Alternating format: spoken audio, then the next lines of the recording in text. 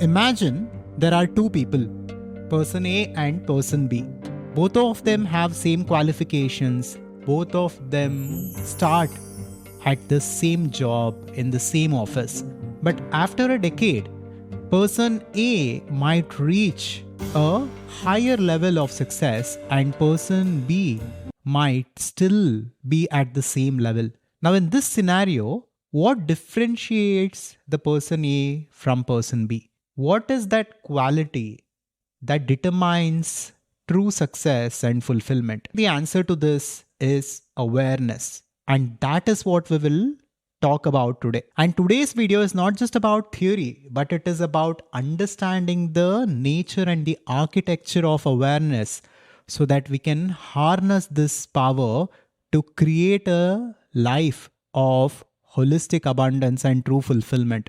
This is about mastering this one aspect, this one thing in the next decade so that you become irreplaceable and you become truly powerful. The world is unconscious, and in this unconscious world, things are changing. And it is predicted that AI will replace more than 300 million jobs in the coming years. So with all this, if we have to be relevant and if we have to thrive, not just survive, we must harness awareness. So let's understand how to do this today. What if everything from a piece of rock to the entire galaxy and whatever you're watching right now is all an appearance in a fundamental aspect of reality? What if everything appears in consciousness and you are also an appearance in consciousness? This is the truth that Vedanta speaks of. In the Vedantic philosophy, the consciousness functions as the operating system that runs everything. It is the foundational code on which all experiences run. Just think about it. Whatever you go through in your life, you go through in your awareness. Everything happens in your awareness. And let us understand the nature of this awareness to understand its power.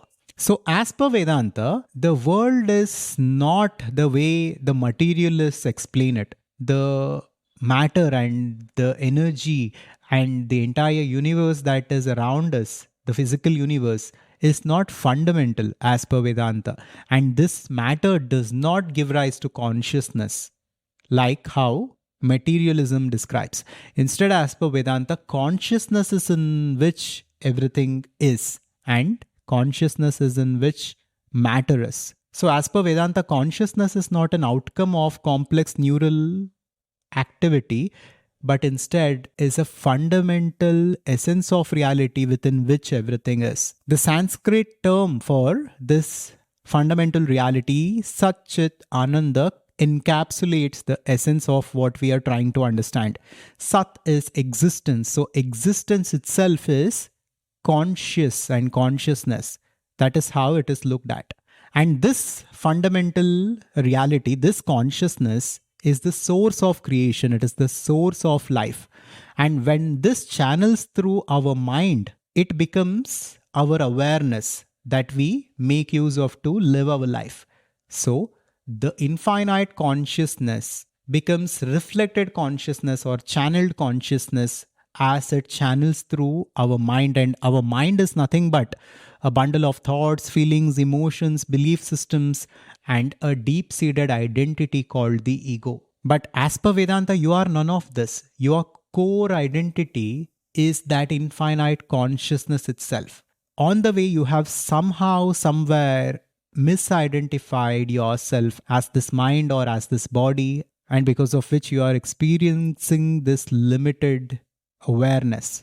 Like the moon, which thinks that it has its own light without realizing that it is borrowing its light from the sun.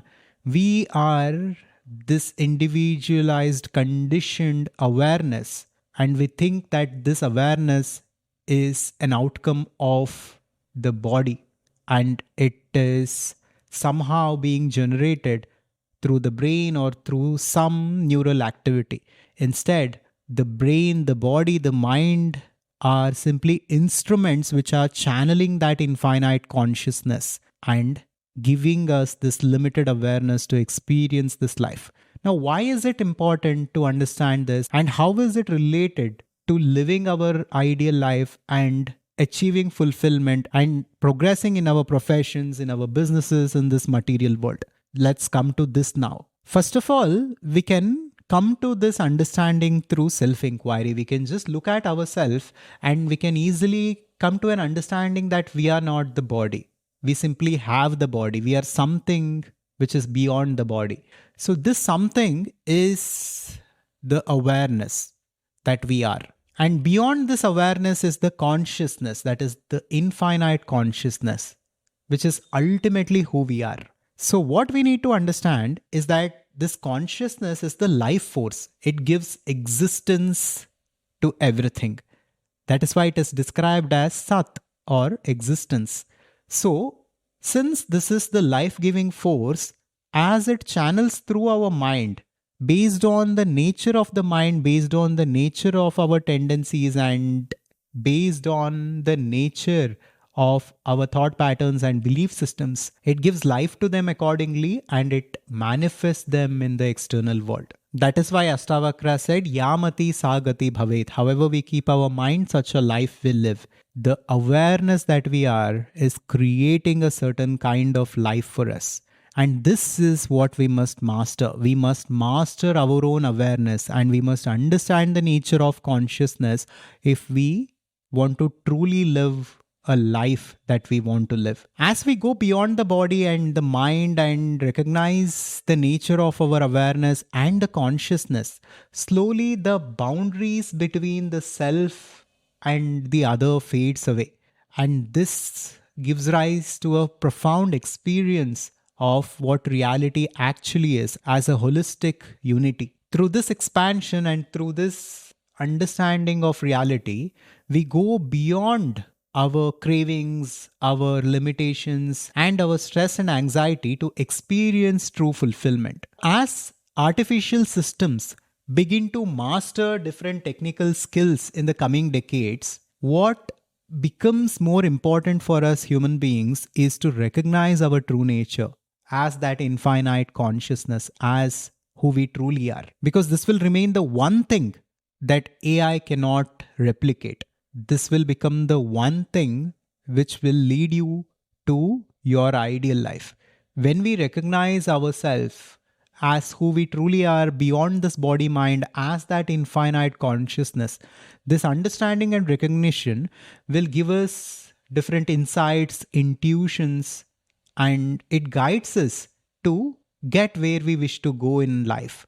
Whatever it is that we are seeking, whether it's professional success or whether we want to take our business to the next level, whatever it is, this understanding will give us the right perspective and the right intuition to reach our destination. Now let's talk about how the unconscious patterns that we have destroys us and keeps us from our ideal life. We understood that the fundamental aspect of reality is consciousness, and awareness is the same consciousness that is channeled through the mind. And we have the ability to place this awareness on the things we want and make use of this awareness in the right way. But for most of us, this awareness is diminished, it is conditioned, it is adulterated because of various limiting beliefs, because of various kinds of conditioning and unconscious thought patterns, because of which our power to create in this world is tremendously diminished. This is why we struggle to create something in this world. We work hard, we take a lot of stress, but yet it is difficult for many people to achieve certain things in this world because we are not in control of our awareness. When we keep our awareness pure, by removing the conditioning layer by layer, by removing our negative thought patterns, belief systems, tendencies, etc., we keep our awareness pure and powerful. And by directing it consciously on things we choose to manifest in this life, we can begin to consciously create our ideal life. This is the secret to conscious creation. So this is what differentiates different people. Person A and person B both might start at the same job, but depending on the nature of their mind and how they harness their awareness, they experience a different reality and they soon will land to different levels. Our awareness, that pure observing witness, rarely remains in its pure and pristine state. It is always adulterated for most of us. It is always conditioned. It is limited because of our limiting beliefs. And since it is limited, what most of us achieve in this world is also limited. So consciousness is reality, and our awareness manifests or creates our personal reality based on how we keep our awareness, how pure we keep it, how self-aware we are about who we are, and how focused we are in terms of what we do in this life determines the level of success that we experience. Now, the signs of unconscious creation include persistent frustration despite effort, achieving precisely what you claim not to want. The disconnect between your intention and your outcome reveals these hidden influences. Basically, all of this stems from the conditioning of awareness. You might set a clear intention to build wealth, yet consistently make decisions undermining your financial stability. So all of this is a result of conditioned awareness and our limiting beliefs that are giving rise to these circumstances. Now let's come to the important part, which is the purification of awareness, and let's understand how we can go back to the pure awareness that we are and access that power to consciously create our ideal life. There are two important techniques that we will talk about here. Number one is what we call awareness meditation. Number two is the waking up exercise. We will understand these two methods to harness that power of self-awareness. Let's first talk about the awareness meditation. It is simply about sitting still, keeping all distractions away, and spending 10 to 15 minutes a day simply witnessing our thoughts, our limiting beliefs, our emotions, basically whatever is in our mind. It is about simply witnessing everything, not consciously trying to control anything, not trying to engage with the thoughts, not trying to suppress the thoughts or anything like that, but simply observing everything without any conscious effort. It is simply being the witness that we are. Through this, we create a gap between who we are and our accumulations and our conditioning. This is a very powerful practice. After this, there is another powerful technique that we practice at ACS. That is the waking up exercise. Here, from time to time, when you see yourself going through some unconscious patterns, you basically stop and wake up, where you stop what you're doing and consciously try to see your external world and your internal reality at the same time. Your external world, what is outside of you, and your internal reality as in your thoughts, your emotions, etc. Try to witness them simultaneously. When you try to do this, you come to your awareness center. And this is a powerful practice through which you can take control of your awareness and then consciously place it on a productive activity. So, this is the waking up exercise. By consistently breaking our unconscious patterns and by consistently taking control of our awareness, we take control of our life. For most of us, our awareness is entangled either with the internal world in terms of thoughts, imaginations, emotions, etc., or in the external world through unconscious activity, social media scrolling, etc. When we bring our awareness to the center and simply be as the witness that we are in power over the reality. And the ancient Kenopanishad talks about awareness or consciousness in this way.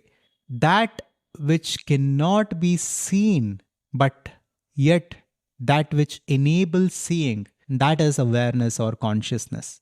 And that is our own true nature, and that consciousness is God or this ultimate reality. Now try to decode the statement that comes from Kenopanishad. Which is the one thing that cannot be seen, but it enables seeing? It is consciousness. Consciousness is that which cannot be seen, but it enables us to see. This itself is the ultimate reality. This is the source of life, and whatever you bring to this consciousness will manifest in this world. So be careful of your thoughts, your beliefs, your emotions, and your deepest tendencies.